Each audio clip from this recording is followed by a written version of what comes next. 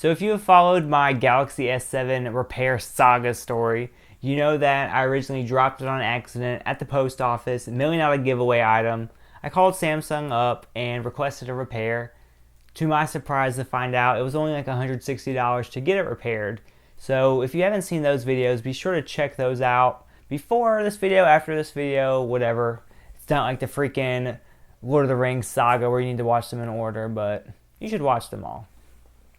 So anyway, I have the S7 here. It came like this. Like, they ain't about that quality. It's bubble wrap, a bag. It's kind of surprising because last year I sent in my Galaxy S6 Active, which I still have right here. I sent that in to get repaired because I broke the screen because I ran it over with my car. Long story. I'll put that link in the description too if you want to see that. That's some old school Jeremy. Not a lot of people have seen. But anyway, it surprised me because when I did the S6, they actually sent me a brand new one in the box and everything. I wasn't really expecting that, but I was kind of disappointed just to see that it just arrived like this. But whatever, it is what it is. They tell you that don't send it in the original box because it's going to be sent back without a box, stuff like that. So it comes like this. And what I'm curious to know is, am I getting like my exact device back? Are they just replacing the glass and giving it back or what? So I was trying to look on the device, and when I cracked the device, I remember hearing it smack like this, like that. Watch me crack it. But it smacked like that. But then I remember seeing like a scuff on the bottom left or right hand side. And that is not there on this device. Like, this device is completely pristine all the way around. So that makes me wonder, are they able to replace the outside? I wouldn't think so, right? But then when I look on the back, like where the heart rate sensor is in the flash, that plastic is kind of scratched. But I don't know if that's my scratches or someone else's. Like, this could be a refurbished device, or who knows. Samsung could have, like, at the repair center, like a freaking basket of S7s that are just like moderate good condition. So they're like, oh yeah, just give everyone one that needs a repair. Who knows? But everything else looks fine. Like, I'm perfectly happy. I paid $160, sent it. They got the device 2-3 days later. They fixed it in like 2 days, and then I got the device like 2 days later. So they definitely delivered on that. Like, it didn't take any time at all for that. So very cool. But right now, I mean, as you may know if you've seen my other videos, I might have the HTC 10 right now. So I'm kind of testing that. But to get the S7 back in my hands at the same time as the HTC 10 is a kind of weird experience. The HTC 10 is much heavier. The metal is cold in your hand. The glass is almost like warm in your hand. So two different feels.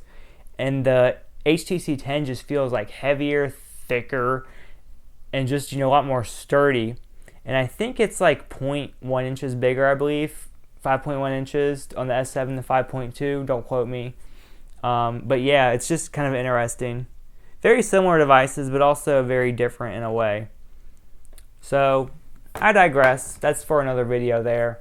So overall, I just wanted to say, great experience with Samsung getting my device repaired. I called them up. They did the ticket. They took my payment over the phone. They gave me a label. They paid for the shipping. I sent the package in my own box. They got it in a few days. You can check the repair status online. Once they're done, they send it back to you. So that's amazing. So kudos to Samsung. Just remember, if you're kind of paranoid about cracking your phone and you're one of the people that pays for insurance, maybe you don't need insurance. Maybe you just need a case. And if you do crack your phone, pay for it. If not, whatever. And I just want to cover one more thing before I go because, this is a short video. It came out very well. That's all I have to say. But a lot of people kind of ask me, Jeremy, why don't you use cases? Why don't you use them? You're going to crack your phone. You're going to mess up the resale value. You're going to scratch them up. People even commented that my HTC 10 had a scuff on it on the first day. This is like a twofold type of answer. One, I'm hard-headed. I don't like cases on my phones. I like to use them how they were designed. And especially now that I'm reviewing phones a lot now on YouTube, I don't want to say seriously because I just do it for fun.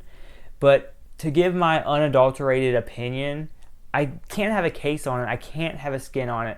You're never going to see me with a stupid D-brand skin on my phone. I'm never going to. It's just not right.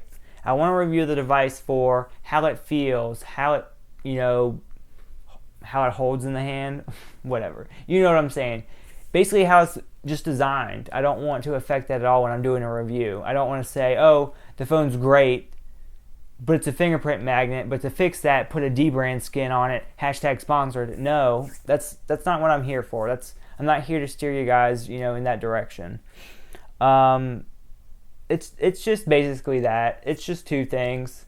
I'm hard-headed, and I want to give my full detailed review. And if I'm going to be doing like revisited reviews, like, hey, HTC 10 1 year later, if I have a case on it and people want to know how it holds up, obviously that's not going to be very accurate because it's going to be in a case. It will have held up.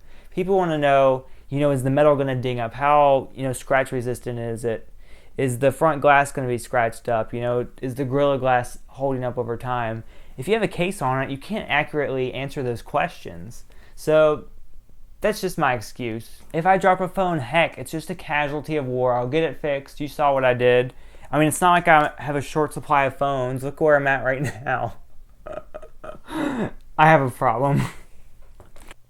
I just want to thank everybody that has subscribed to my channel, that's liked the video, that's watched the video. You're all helping me grow on YouTube and giving me the ability to, buy more awesome tech to review. As you guys may know, like any money I earn from this channel just goes back into the channel. So, like you saw, all those phones are purchased with money from the channel. I don't really make a profit from this. Just think of me like Habitat for Humanity. I'm a non-profit. But anyway, guys, thanks for watching. Make sure you subscribe. I'm trying to hit 8,000 subscribers. I'll be there before we know it. I'll probably hit it today or tomorrow or the next day, whatever. I'm a realist. Who cares? We'll get there when we get there. And I will see you guys next time.